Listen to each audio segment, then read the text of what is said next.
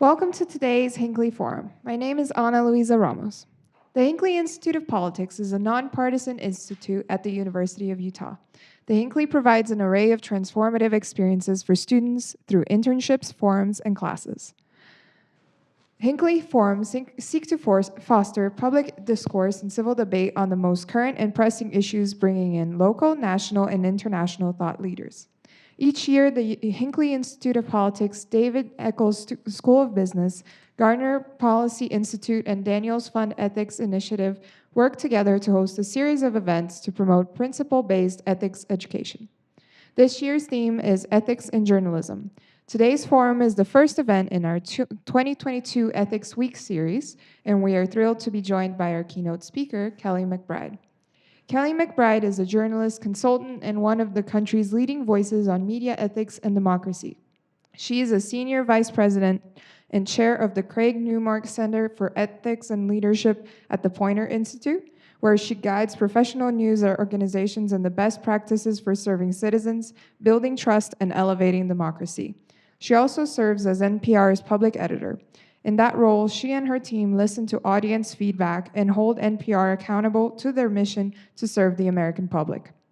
In a previous life, Kelly was a newspaper reporter covering crime and religion. She's worked as a public editor at ESPN and co-edited the book, The New Ethics of Journalism, Guiding Principles for the 21st Century. Please join me in welcoming Ms. McBride into the University of Utah. Thank you so much. That was very nice. All right.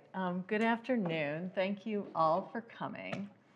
I'm going to start with a couple of premises about ethics.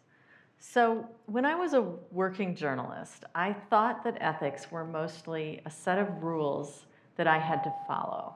And I thought of them mostly as one really big do, 3 don'ts, and 1 try really hard, right? So here's what I used to think. I used to think, do cover the stories that will serve the audience.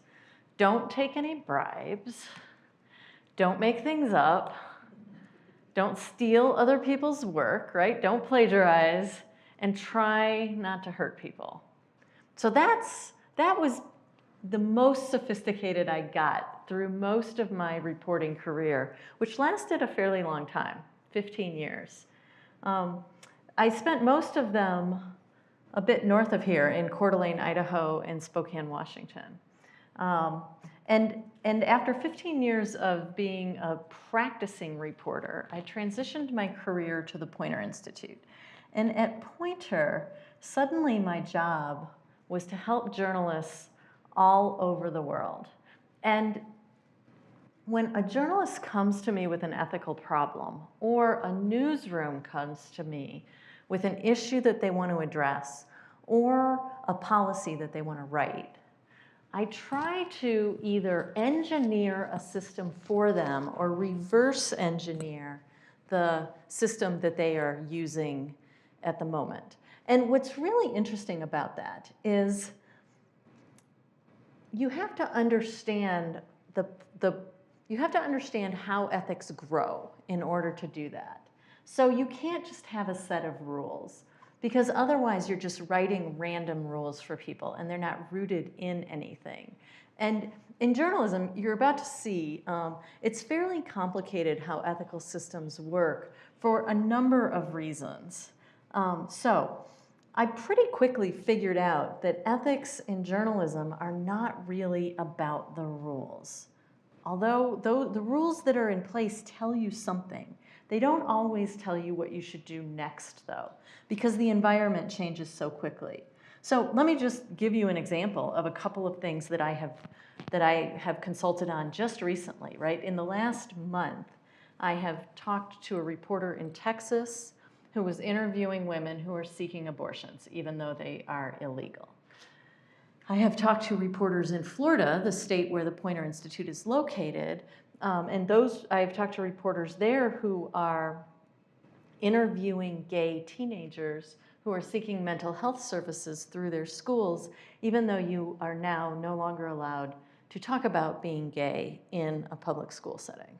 So those are 2 scenarios where you can see how that try not to hurt somebody comes into play, right? So the rules that I had weren't bad, but they didn't really indicate what the system was that we were using to make ethical decisions. Now, the system was there, I just didn't understand it. And I think most journalists don't understand it. So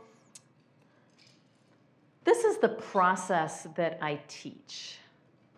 And I'm not going to go through this whole process with you because you aren't journalists trying to make ethical decisions. But I wanted you to see this process because what's really important is it begins with your principles. It doesn't begin with your rules, what you should do. It begins with what you stand for, what you're trying to get done. And that's the thing that I figured out pretty quickly in journalism, is that ethics don't operate in a vacuum. You have to figure out what you're trying to accomplish, what the ultimate good is, and then you have to build your ethics from there. So, in journalism, we frequently, throughout most of my career, have talked about these 3 principles as the core principles of journalism. However, when we talk to the audience and we ask the audience what principles they want journalists to uphold, and we do this in some fairly complicated ways, they say these 3 things: truth, transparency, and community. Right? So there's a problem right there, because you have the people who are creating information upholding one set of values, and you have the people who are consuming information expecting something different. So ultimately, you really have to get to why these principles, right? What is the moral good that you are trying to accomplish?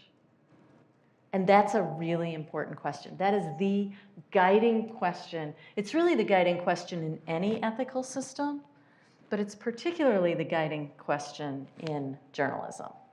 And that's because journalism ethics operate differently from any other form of professional ethics. Yeah, I know, it's a black slide.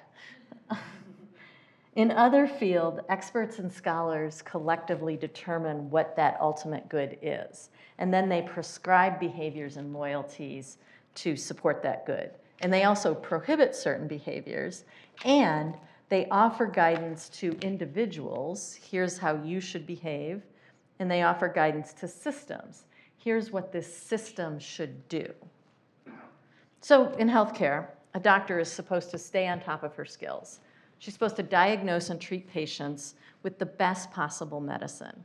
If that doctor's judgment is clouded by, say, a failure to stay up to date with the most current practices, or her loyalty to a drug company because that drug company is paying her to prescribe their medicine, we would consider that a breach of ethics. She is not doing what's best for the patient, she's doing what's best for herself. Or she's not doing what's best for the patient because she hasn't maintained competence. If a hospital gives better treatment to patients with private insurance than they do to people with public insurance because they can make more money, again, we would consider that a gross betrayal of medical ethics. Now, doctors, lawyers, electricians, accountants, plumbers, air conditioner guys, they all have a license. And their licensing procedures create the ethical education that they need to understand what's expected of them. And I know that these systems often fail, right? Like I know that like there are bad doctors and there are bad hospitals, there are bad electricians, unethical in all of those scenarios. But even though these systems fail, people suffer a consequence when they are exposed. The fact that a formal system exists at all creates a mechanism to address shortcomings in both individuals and in a broader system. On top of that, it creates a way to address or to ask the question, are we still identifying the same public good? There's a way to address all of that. By comparison, in the United States, journalists are unlicensed. And this is by design. The First Amendment, and this is an image of the First Amendment from the marble sidewalk at the Poynter Institute. I walk over this every day as I go into work. The First Amendment says, Congress shall make no law abridging the freedom of speech or of the press. It says other things too. But this was really important. The Founding Fathers believed strongly that an unregulated press, even if that press was sensational or incompetent or unethical, that an unregulated press was critical to making democracy work, right? That's why they put it in our founding documents. Thomas Jefferson has a really famous quote, "Were it left to me to decide whether we should have a government without newspapers or newspapers without a government, I should not hesitate a moment to prefer the latter." And then he went on to say, and I'd want to make sure every citizen got it. So if citizens were to elect their leaders, and those leaders were to serve their communities, right? The United States is the first modern democracy when these documents are being written. Our founding fathers understood that it was important that the press not be regulated, that they be allowed to be bad. Now, I always tell people, just because you can do something doesn't mean you should. But as a result, there are no universal standards. There are no agreed upon process by which journalists determine what their ethics should be. Instead, it's rooted in this idea of democracy. So this is news to many people in the United States. I know this because another job title that I carry is I am the public editor for NPR. Now, NPR has a pretty well thought out, sophisticated system of ethical decision making. There are some newsrooms that have really bad systems. There are some newsrooms that have absolutely no systems. NPR's is pretty sophisticated. But there is this understanding that there is a universal court somewhere. And many people think that I am in charge of this court and that my job is to adjudicate whether an individual journalist is good or bad, whether an individual action is good or bad. And I really, as a public editor, sometimes I do that. Sometimes I say, hey, this was a misstep. You should have done this. Hey, you really should correct this story. Sometimes I get very prescriptive. But mostly what I do is talk about this process, because the process is more important than the rules. So, because there's no overarching system, as we look at these values, we don't have to pick between them. We can embrace all of them. And this is what I encourage journalists to do. Truth, independence, and minimizing harm, those are pretty old school, right? Those came of age in journalism in the 1980s and 90s. And they work pretty well to create a decent product when you create the process built on top of them. But transparency is really valuable to citizens because they don't trust us anymore. So they want to know, where's your money coming from? Why'd you choose that story over that story? Why'd you choose that source? Why'd you quote him first? Why didn't you quote somebody else? They want to know how and why we make our choices.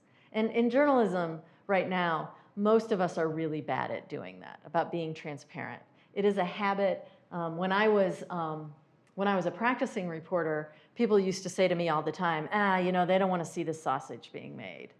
Well, actually they do. I'm pretty sure they do. And community is really important because as you'll see later, sometimes in journalism we do things that actually harm specific communities. And when we don't take responsibility for that and try and make that right, or at least stop doing it, we very quickly lose trust. And without trust, our work is worthless. So I want to go through just a couple of examples of the sort of common complaints that I get in the public editor's inbox, right? So as the public editor for NPR, NPR is,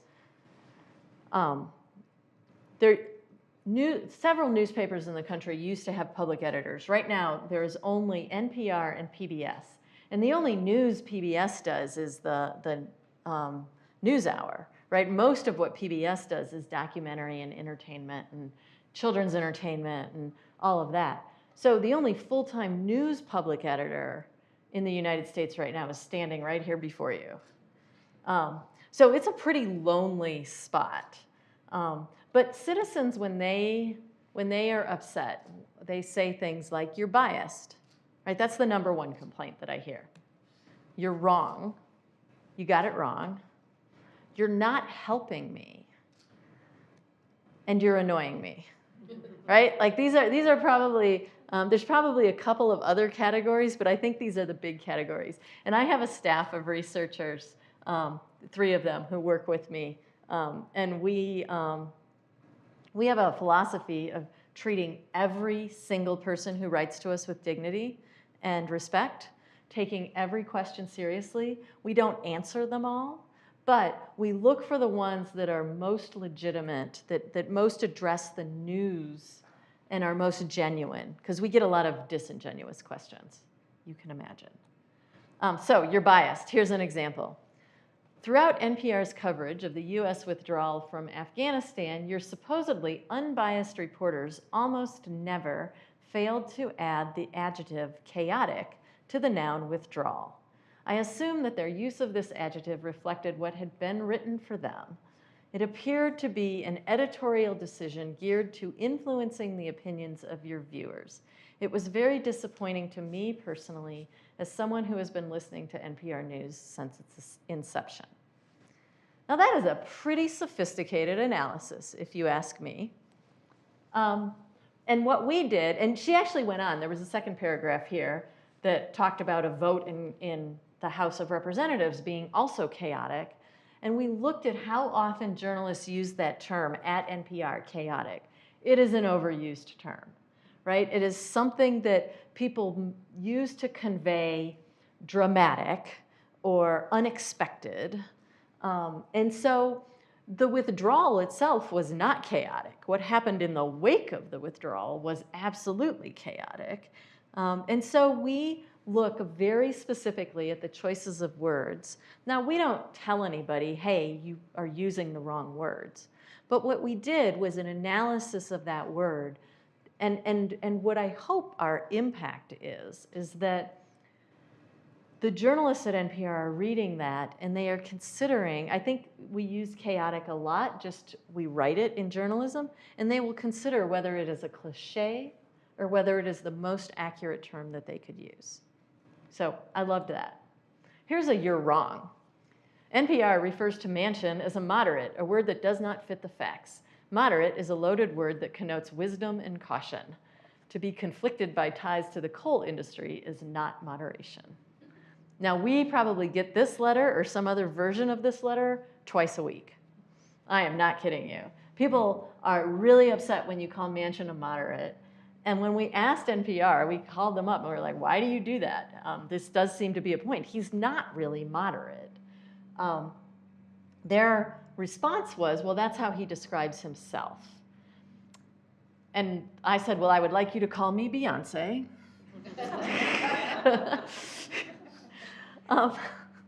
So we criticized them for that. We said, you know, the fact is that you can actually just drop the modifier, moderate, and just describe why he's voting the way he's voting. And you don't need to call him a moderate. And this word has become distracting. So that's "you're wrong." Here's "you're not helping me." An NPR discussion led by Steve Inskeep on the death of Colin Powell was woefully incomplete concerning the cause of death. I had to go to the New York Times to find out why his breakthrough COVID infection was fatal. Why does it matter that NPR didn't feel it was necessary to provide a full picture?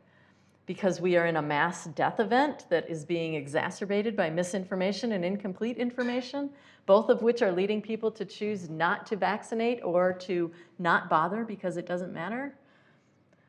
So when we looked into this, it was like, okay, that was unhelpful, but it was the first story. It just wasn't available. The information about specifically what his medical condition was not available. And it was important that that information become available for all these reasons that Joan writes into us for. And then here's a "you're annoying me." So there's 2 letters here. These came in the same week. So I would like to point out the amount of negative news reporting on NPR's website. And then the very next letter was lots and lots of life or death news and issues to be concerned about. Why do you spend 4 minutes of precious Sunday morning time to focus on some 20-something guy going to a movie for the first time since the pandemic, right? So literally the exact opposite thing, both people annoyed, to which we said, sorry that we annoyed you. So my point is that NPR has a system for making decisions, and it makes my job doable. Every single newsroom has a system or a code of ethics. So NPR starts like this with their mission. The New York Times starts like this. The mission is rooted in our belief that great journalism has the power to make each reader's life richer and more fulfilling, and all of society stronger and more just. I like that. I really do. Here's the Salt Lake Tribune's. The Tribune is Utah's independent voice, building on a legacy of courageous watchdog journalism. We will strive to tell stories that are interesting, important, and inclusive, dedicated to fairness and accuracy. We aim to engage and empower you, our readers. So our ethical concerns, our ethical choices are rooted in the core values of each newsroom. But many newsrooms will tell me when I say it's democracy, right? It's all about the democracy. They will say, oh, we do many things that don't have anything to do with democracy. Whether it's telling you how the stock market works or where to get a good burger. And I would actually argue that all of those things are also about democracy. All of them. Whether it is, well, particularly when your democracy is entwined in a capitalist economy. So whether you are subscribing to cable TV or you're cutting the cord to go with streaming services is a democratic choice that you need information about. Whether you buy a house or rent, whether you drive a diesel truck or an electric vehicle, whether you eat meat or vegetarian, whether you educate your children in private or public settings. These are all value-laden choices that you need information about in order to make. So where are you going to get that? If a news provider can give you that information, that is democracy. And even if it is just to entertain you, it's to get you also to this other information that's really important. So, one of the most interesting things about ethical decision making is it's much more fun to talk about the very specifics, to get down and dirty into the, well, should you do this or should you do that? And thank you for staying with me while we went up high into the abstract area, because if you haven't figured it out, I think that you can't make these specific decisions until you've done a little bit of legwork in the abstract area about who you are, what you're doing, why you're doing it, what type of good you hope to accomplish. So it's a lot easier to ask and answer ethical questions when you are looking at very concrete choices. And the most vexing ethical questions that newsrooms are dealing with right now have to do with competing loyalties. So let me give you a couple of examples. Can a reporter cover the school system where his children are enrolled? If you're gay, can you cover Florida's new law? Can a hunter cover gun rights? If you have personally been a victim of domestic violence and experienced the well-known shortcomings of the legal system, can you cover somebody else's story? If you're LDS, can you cover the church? If you're an immigrant, can you cover immigration policy? If you cover, this is a real example that I just got. If you cover cryptocurrency, can you invest in Bitcoin and Ethereum? Right? These are great questions. And in every one of these questions, I can argue both sides. I can argue both sides of the answer. Underneath each of these questions is a deeper concern about competing loyalties. We're asking, can this reporter be loyal to the truth, or is she going to be loyal to her own experiences at the cost of the truth? Now, in every one of these cases, I would use this process, I've already showed you once, to take the journalists through a series of questions and to help them figure out what the answer is. But I would never say, no, there's no way that these reporters who have these competing loyalties cannot cover this issue. But what I would say is that it is the responsibility of the reporter and the news organization that the reporter is working with to ensure several things. First, thorough and fair reporting, but also wider representation of voices and experiences that differ from the reporters. And this is important to do over time, not necessarily in a very specific story. If I'm writing the story about the gay teenager in Florida trying to get mental health services, I am not going to interview somebody who says, I think he's going to hell, right? That is not the place for that voice. We can find another place for that voice in our product. It doesn't have to be at the cost of that individual's psyche or mental health, right? If I am interviewing, if I'm doing a feature story about how climate change is changing a family's hunting rituals, I am not going to call the animal rights people, right? If I want to do a story on animal rights, I will do that in another place. So a lot of times we have talked about, and you've probably heard the term false equivalency, right? And false equivalency can be many things. But where I think it is most insidious in journalism is when we allow a false equivalency to undermine a truth that we're trying to tell. And so the truth of someone's experience is a truth, even if you don't agree with it. It is still a truth. And we have an obligation to tell many truths and also to help our audience sort through those truths.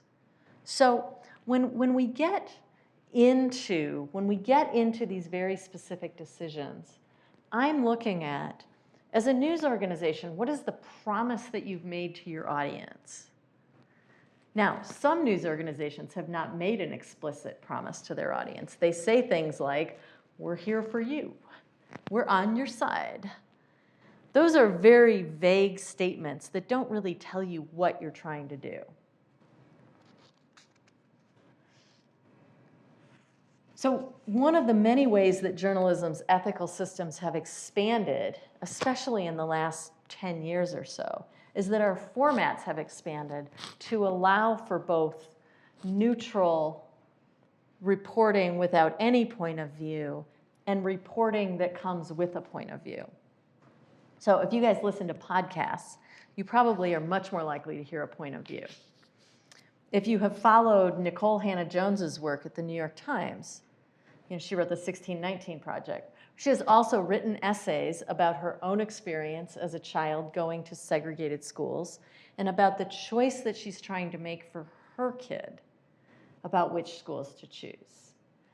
These are not just opinion essays. They are reported. They have a lot of facts, a lot of history in them, but they are laden with her experience in a way that makes them meaningful. When I look at the many, many innovations that I've seen in my career, I see suddenly how rapidly the field is changing. Because the answer to every one of those questions when I entered into journalism in the early 1990s was no. Answer to every one of those questions would have been no.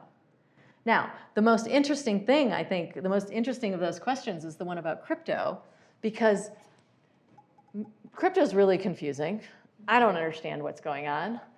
But I want the reporter who's telling me those stories to be good at it, right? To be expert. And you cannot be an expert in cryptocurrency unless you are participating in the markets. A lot of times you can't even understand the products unless you get into the markets. So there's a new podcast out by a guy named PJ Vogt, V-O-G-H-T. And it's all about whether crypto is a scam, a pyramid scheme, or whether it's real. And he's really good, and he talks about how, yeah, you really can't, as a reporter, cover it unless you are invested. So that's very different than if I'm the editor of a news organization and my business reporters are covering, say, Amazon or Microsoft, they cannot be directly invested in those companies. Because the risk is that they will have information that will benefit them, that they will be at risk for insider trading. So as I was advising or that they would do something to deliberately alter the stock, and they would be at risk of illegal manipulation of the market. So as I was talking to the newsroom that asked me that question about the crypto reporter, and I did a little research, and I realized, like, there isn't anybody who can cover crypto who isn't invested in crypto and do it well. They'll do it as an amateur, but they won't do it well. I said, so you got to come up with a system. You have to acknowledge these risks, right? I have no idea if you can manipulate the crypto market. I'm assuming you can. You can manipulate any market. You have to come up with a process that prevents that from happening, and you have to make that process transparent to your audience if you want them to trust you. So that's how I used this process to help them get to that. So my point is that as journalism changes, our ethics change. So let me just describe to you a few of the impacts that I have witnessed in my career or in my adult life. So I wasn't really an adult in 1980, but I was by 1990. So CNN, right? It comes into existence in 1980, but it's really 1991 when most American households have subscribed to cable and the Gulf War is happening, that CNN creates the first American news junkies. It's probably not the very first ones, but they created an entire class of news junkies. And to this day, those people who consume an above average amount of news have a disproportionate effect on the products that all of journalists create. The tools of documentation also changed journalism, right? This is a long, slow climb, but it begins in earnest in 1991, also with the video of Rodney King being beaten by the Los Angeles Police Department.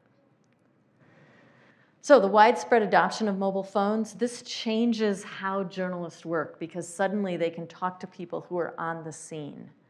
They can talk to their sources at any time, and their sources can call them. And then talk radio, right? So talk radio, conservative talk radio, in 1988, there were 50 AM stations that identified as conservative talk radio. By 1998, there were 1,000. And so Rupert Murdoch sees that market and says, I want to create a cable news version of that, and he creates Fox News. So how does that change? How do those innovations, right? That's the first half of my journalism career. How do those innovations change the work that we do?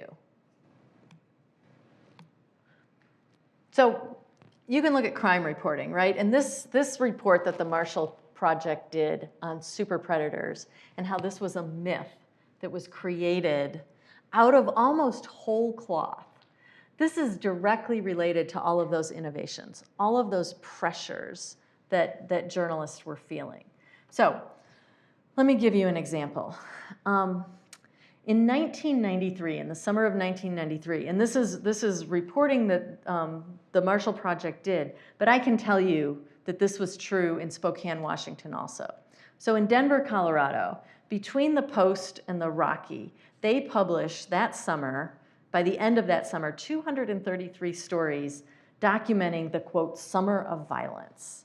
And this is an 80% increase in the number of crime stories than they did the previous year. And this is in spite of the fact that homicides actually fell that year. So in 1992, there were 93 homicides in Denver, and in 93, there were 73. So they're telling a story, and every individual story that they're doing is accurate, but the way that they're telling it and the collective narrative that they're creating is a complete distortion. And I know this is true because the same thing was happening in Spokane, Washington, where I was a police reporter at this moment. And in cities across the country, mayors were talking about rising crime, police chiefs were getting federal money to start gang task forces, politicians were talking about crack babies and fatherless children. It was a narrative that lacked rigor. And I have read a lot about this time period in both journalism and public policy. I've gone back and I've looked over my own work, which fed into this narrative. I wrote stories about gangs, Crips, and Bloods coming to Spokane, Washington. That I'm pretty sure that did not happen, right? But police were telling me that happened. And so I just put police said at the end of the sentence. It was problematic. Looking back now, we know when we look at traffic stop data and drug charges that Black and brown communities were being policed at a very different standard than white communities. We know that now. But what happened to our ethical values to serve democracy at that moment? How did it come to be that we believed we were explaining what was going on in our community when in fact we were doing the exact opposite? We were distorting the truth. The biggest problem was who we let in the door into the newsrooms, right? Our newsrooms were not representative of our communities. They still are not representative of our communities. But also, it's never one thing, right? There's never one fix to the problem when you're reverse engineering something in ethics. So when I look at my own experience, baked deep into the culture of journalism is a strong desire to impress one's peers, to get accolades and awards. And I was looking at a couple of journalists that were doing police reporting that were quite famous. So Edna Buchanan at the Miami Herald once wrote in one of her most famous leads was, Gary Robinson died hungry. Gary Robinson had gone into Church's Fried Chicken, got upset that they were out of fried chicken, and started a fight and got killed. Susie Forrest, who was working at Newsday on Long Island, she dubbed the 17-year-old Amy Fisher the Long Island Lolita, right? These are sensational stories that I wanted to do, that I wanted to make. So we had a system for making ethical decisions, but it was rooted in juicy stories, not public service. And if we were truly concerned about public service, we would have been routinely digging into questions. Oh, I'll just stay at this slide. We would truly have looked into questions like, how common is sexual assault, and why don't more of these crimes result in prosecution? How often do our police use deadly force, and is that a reasonable amount? At what rate are crimes in this community actually solved? How good are you? We weren't asking any of those questions. So that was journalism in the 1990s. And real quick, this is an example of, the red line is the crime stories in Denver, the blue line is the actual crime. Right? There's not a good relationship. So 2000s, then the 2000s happen, and almost everything changes. So computers in the home, Craigslist happens, right? Computers in the home means that the way that citizens get their news changes completely. Craigslist is the first threat to our business model, right? At the time, 15 to 30% of most newspaper revenue came from classified ads. That dried up pretty quickly. In 2006, Facebook comes around, and Google also becomes pretty dominant in search. And then all of the platforms, right? Then everything else. So we missed a lot of opportunities. And the last sort of blow in this is then the smartphone, right? It puts all of this in our pocket. So these technological changes come with a significant economic impact. 90% of revenue, advertising revenue, suddenly goes from local news to Facebook and Google and other digital properties. 90%. That's the entire business model, right? Oops, let's go this way. You want to know where these are coming from? This is from 49 billion. Yeah, 49 billion in revenue, all the way down to like 10 billion. Huge. Yeah. You want me to cite the number? No, explain it. It all went to Facebook and Google. So all that advertising, you know how now when you get you looking at Zappos shoes and then you get the ad for Zappos? That's what happened. So the number of journalists dropped from 114,000 to 85,000, but that actually hides the impact on local, right? Because the national organizations got bigger, right? So the number of reporters, Steve Waldman, who's this really great researcher, he estimates, he's crunched these numbers in a bunch of different ways. He says that the number of local journalists actually dropped from 71,600 to 30,800. Right, so almost a 70% drop in the number of bodies that are covering local journalism. Another way to look at that is that for every $100 million of local and state spending, 67 of the 100 reporters that would cover that are gone. So our newsrooms are decimated. The ethical system of journalism that wasn't working very well at the end of the 1990s is now completely transformed. And in that vacuum, local television stations, which were highly dependent on local newspapers to show them what the big stories were, turned to weather, crime, and sports. They dig deeper in. National news outlets thrive by digging into very specific niches. And that might be the podcasting niche or the politics niche. They start over-serving news junkies. So there's 3,100 counties in the United States. 200 of them have no local paper at all, none. And another 1,500 have only one that publishes weekly. The vast majority of the rest of the counties have this significantly diminished workforce. So what happens when people don't get news about the community that they live in? PEN America has done this really great research, and they have concluded that government corruption goes up, citizens vote less, fewer people run for office, and your news diet gets richer in national politics and more polarized news.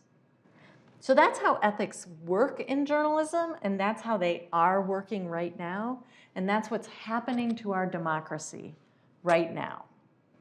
So what's next? We can do a couple of things. We can keep going on this same path, and here's what's going to happen. We will become more deeply polarized. There will be a continued erosion of trust, which makes people vulnerable to misinformation and disinformation. We will continue to have a degrading amount of respect for each other.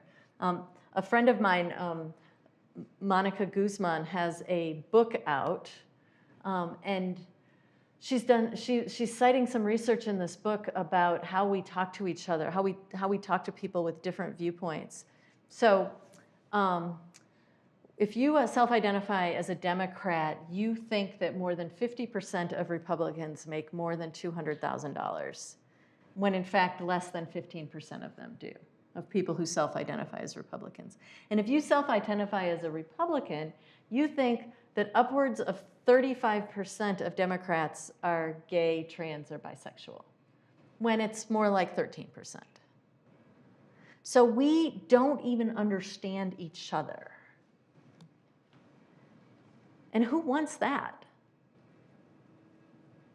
Like, Not many people. I will tell you, there are some people who want that because it is easier to manipulate people when they are misinformed. So the press could change. And if they change, here's what it will look like. They will adopt basic trust mechanisms, right? These include a clear statement of values, which not every news organization has, and then accountability mechanisms so that when the public thinks they are letting you down, the public has a place to go. And then they will be generous with corrections, which they aren't necessarily right now. They will also develop a new discipline of determining what the actual information needs of the world are, or of their communities are, right? So there's a great TED Talk called The Hierarchy of Information Needs. And if you just Google that, you will find it. And it talks about how it doesn't matter, you can't decide who to vote for if you don't have a secure place to live. Right? And so media organizations need to start understanding what citizens actually need. And then finally, most importantly around politics, they will change how they cover politics. Because right now, they are whipped around by the politicians, and it does not serve the audience at all. And they will dedicate resources to be in conversation with the community so that we can start to get to know each other better. And then here's what you can do. You can and should develop a relationship with your local news provider. You should call them up and say, hey, I would love to serve on an advisory board. They probably don't have an advisory board. You should volunteer to organize one for them. And if you're going to do this, it has to be politically diverse. It has to be racially diverse. It has to be economically diverse. It has to have as much diversity as possible. If you're going to do that, you need to learn some skills to facilitate dialogue. You also need to start asking questions of news organizations that could be answered in a story. Things like, what happens to my recycling? Right? There's a really great Planet Money thing. It turns out most of it isn't being recycled. You need to let them know what your information needs actually are, and then you need to start thinking about the information needs of people who are not like you and what their needs are. Because your needs should not come at the expense of other people's needs. So we have to develop skills as citizens to push our news organizations in the direction that we need them to go. This is a really big turning point right now. And I can't predict what direction we're going to go in. I really can't. But we will decide by the next presidential election. So I really hope that you guys will be part of the solution. Thank you. I will answer any questions that anyone has. Thank you so much. All right, if you can just raise your hand if you have any questions, I can just bring the mic over to you. I think this student right here has questions. Can you hear it okay? Uh-huh. I kind of think that journalistic ethics is kind of an oxymoron, you know. You're not the first person I've heard say that. I know that, Putin is trying to suppress media information and social media from going out and from Russia and so on. There's a lot of that going on lately.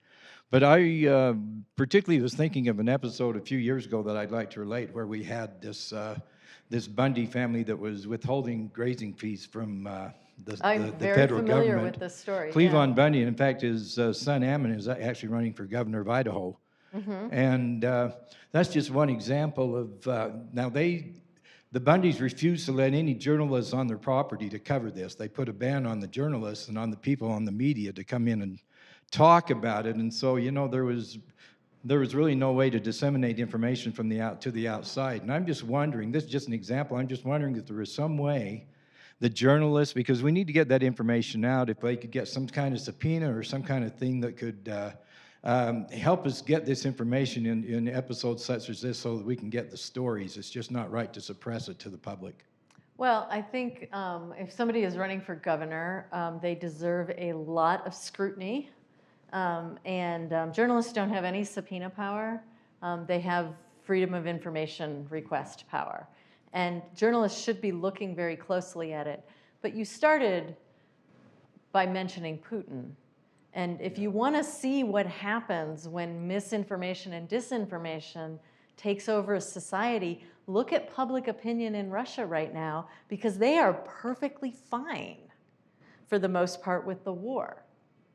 There was a poll that came out by a respected Russian citizen polling group that says, yeah, people actually believe that Ukraine is run by Nazis and that they are the aggressors.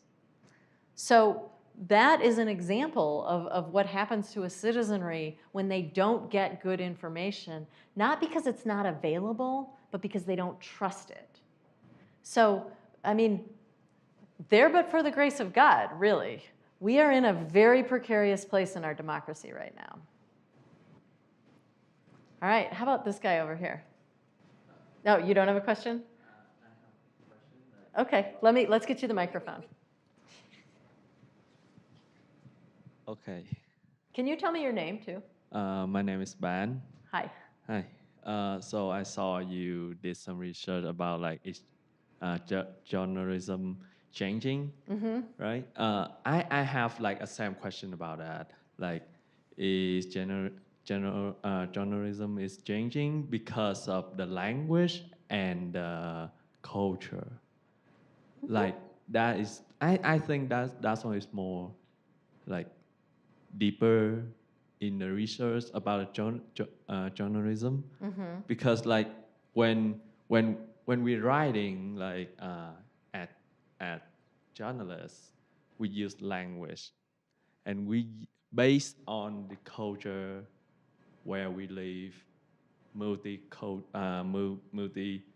culture to write a journal, a journey. So, sorry.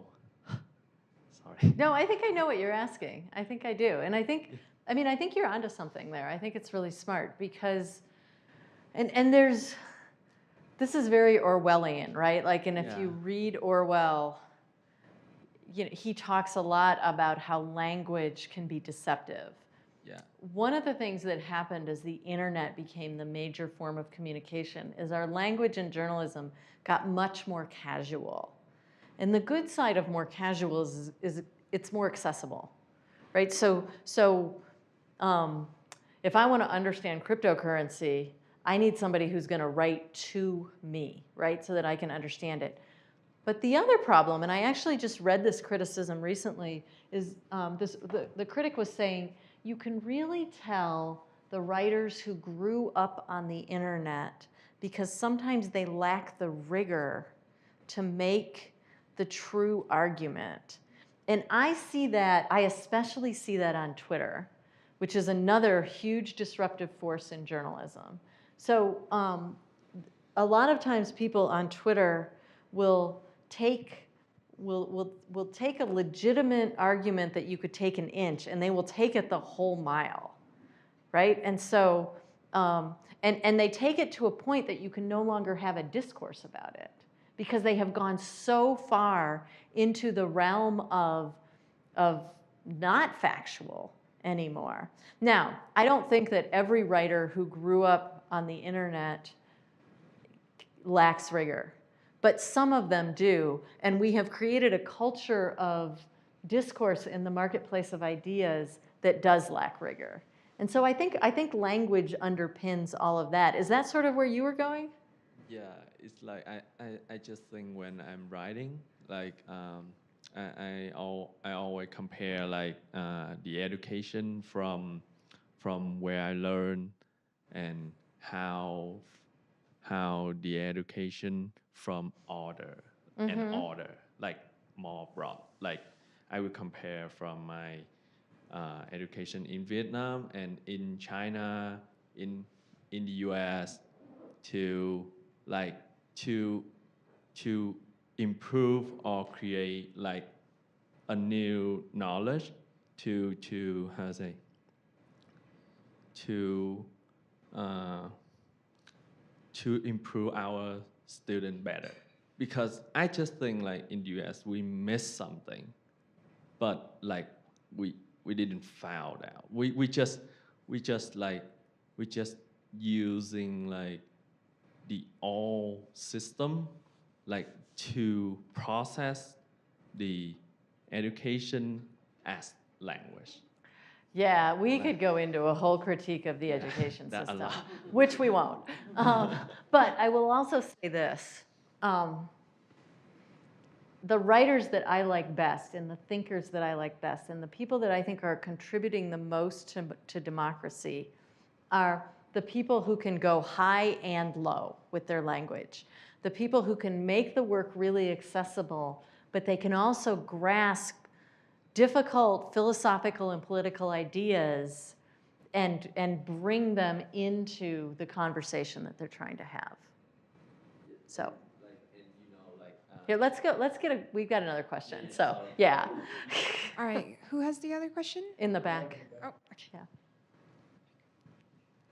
So I have a question actually about kind of transparency of the U.S. government, because often we have a lot of classified information that if media writes about, they can be prosecuted by the U.S. government. So I wonder if that leads to disinformation and kind of the fact that we live in a democracy, but we have so much media that is withheld from us. Yeah, so you can be prosecuted, and that actually started under the Obama administration, right? Where that was the administration that prosecuted the most journalists for publishing classified information. I would say, so I'm not an expert in government ethics. I'm an expert in journalism ethics. So from the journalism side of things, I would say we have a moral responsibility because of our roots in democracy. We have a moral responsibility to press to get information declassified. And if it isn't declassified but has a deep relevance to the American public, to publish it and then accept the consequences. So you can see that with the New York Times' reporting on the CIA black sites, the torture sites.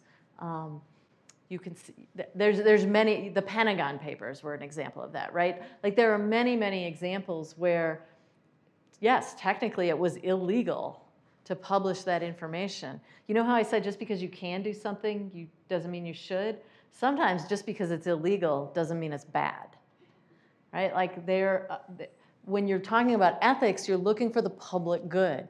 So I can describe to you illegal things that lead to a public good. I can describe to you perfectly legal things that harm the public. The job in journalism ethics is to thread that in a way that your North Star is always the public good. All right.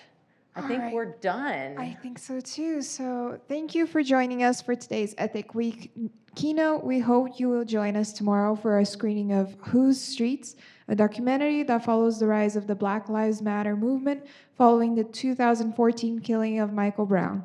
Then on Wednesday, join us for Ethical Journalism in the Beehive State, a panel discussion with leading Utah journalists. Be sure to grab pizza on your way out, and let's give our guest one more round of applause.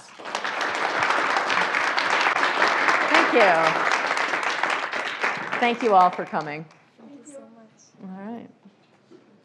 This was really interesting. Oh, good. I'm glad you liked it.